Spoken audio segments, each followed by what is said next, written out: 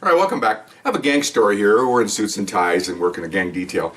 There was a drive-by shooting, okay, and the witnesses, the people that got shot at, had testified in court against one of the shooters, and they heard through informants that these guys were going to do another drive-by, okay, at the house to retaliate for them testifying in court.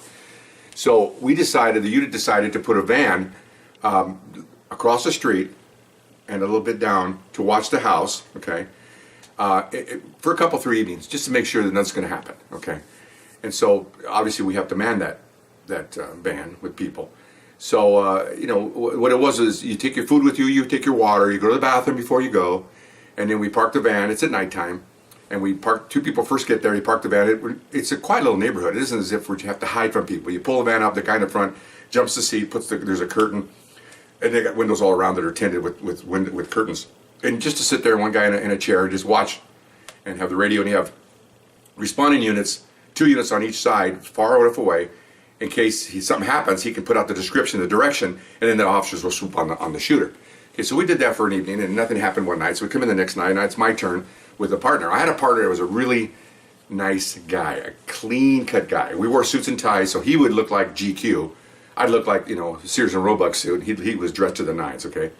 And it doesn't really matter what race he was, but he happened to be black. And he's a very nice, clean-cut kid. Short hair, squared away, ex-Army. I mean, just really a nice kid. And also a very nice guy. I had other partners that, in those Real Cop Stories videos.com, that are a little bit funny. Breaking window elevators and wanting to write none tickets and doing all kinds of weird stuff. Look those up, okay? Anyway. But he was the opposite, okay? He was a really nice guy. And I was considered the alpha, and he was almost like the alpha one. He was not as bad as I was, but he was a really nice kid. So we're in the van. And I'd done it before, so we made sure everybody knew what to do. Food, go to the bathroom, take limited water. You don't want to be drinking water like crazy, especially bottled water. It makes you go out faster, okay? So anyway, okay, fine. So we're in the van. It's probably 10 o'clock at night, and it's quiet. I mean, it's dead calm, okay? And we're sitting there, and we have our 4-hour watch, okay? They were sitting there, nothing's happening. Okay, so now it's my turn to sit in the chair and watch the house. And you just basically, not even staring, just kind of watching the street as cars go by. And so remember, it's a residential neighborhood, so you're not going to have, it's not like sitting on a major highway. This is just a street. And any car that comes might be the suspect car. You look at it, and then every 20 minutes a car might go by. I mean, very quiet neighborhood. So we're sitting there. Okay, well, 3 hours into this, he goes, man, I got to go to the bathroom. I said, well, okay, what's the big deal? Well, where am I going to go? I said, well, I don't know. I said, you should have thought about that before you got here. It's like I'm talking to my little 9-year-old daughter before you go on a Disneyland trip, Oh, I know, but I drank too much water. And well, okay, I said, and so he goes, well, you might have to, you got an hour to go. Can you hold it? Well, I think I can. Well, in those days, we're 25 years old. We're young, our prostrates are strong. We can hold it in. Well, apparently his wasn't. So, oh man. So I go, you're killing me, man. You're killing me. Come on, I'm busy. Oh, I gotta go. Well, you had two choices. Either crack that sliding door and pee out the door, which is gross, or go in that Tide bottle. There's a big old Tide bottle in there. I said, maybe that just got soap in there. Why don't you go in that? He goes, oh, it's a great idea. Okay. So, all right, I'm busy watching the street. He's behind me. Yeah, he picks up the big Tide bottle, uncorks it. Well, apparently, this has been used before, okay? And being used before means, if you know anything about, I'm not a doctor, believe me, I'm not a scientist, but urine and poop, and I think especially urine, when it sits out for a while, like a couple of days, it gets pretty gamey, worse than it already is just coming out of you anyway, okay? This had been there a while, okay? Because as soon as he cracked that lid, he started dry heaving, okay? It hit him because remember, this is a real squared away guy. I think he had like enamel on his fingernails. This guy, probably uses that. Well, we didn't have it those days with that soapless stuff. Probably uses that now every day. Who knows? And of course, once that thing's cracked, the whole van smells like old, aged urine. Okay, that's a term you can use.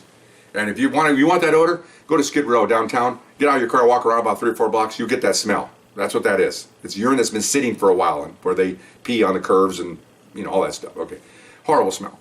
So and of course all are undercover went out the window because he just immediately slams that door open and he's throwing up out in the parkway. Okay, he's vomiting out there, and I'm going, so, why they give me a rookie, And then I'm so sorry. Oh, and then I felt sorry for him. Okay, oh my gosh, So then he closed the door, and here comes our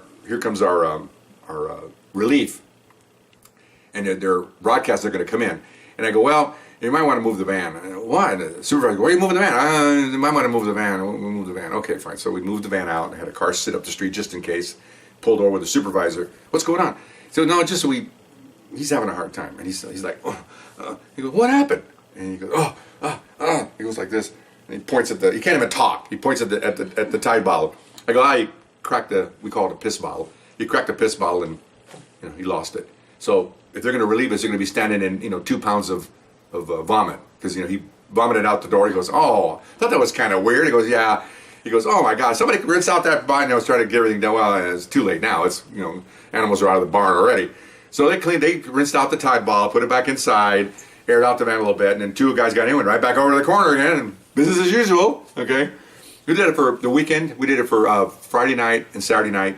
And nothing happened. So then we have other things we're doing, and this is pretty labor intensive. I mean, it involves a good 6-8 officers to do this. So they abandoned it and advise the people that be careful. And that's all you can do. You can't have a 24-hour guard on this. It's unfortunate we don't have the manpower for that. And so that was it. And this guy felt really bad. And I mean, I went to his retirement, and they talked about it. I didn't go up there. I wasn't asked to speak. But enough guys had enough stuff on him, and most of the stuff was really nice until they came up with that story. And then his wife and kids are looking at him, because when you go to retirements, again, we're detectives. We find out stuff, okay? So he doesn't tell his wife and kids, and they're really nice. I mean, they look like all-American kids and pigtails. I mean, they're nice people. And they're looking at him like, and he's like, they couldn't believe he did that too. And so it's pretty funny, And subsequent to that, I've always done a lot of roasting myself, but that was one I didn't do. But that was pretty funny to watch, and watch the reaction of everybody, camera 1, camera 2, and looking at him and looking at each other. And it's pretty funny. But that's the way it happens. We're humans. What are you going to do? You smell old urine, I guess. Some people have different reactions to it. I didn't. The whole country of Vietnam smelled like that, so it's no big deal to me. So anyway, so I hope you enjoyed that story, and watch out for Tide bottles. You never know what's in them. See you next time.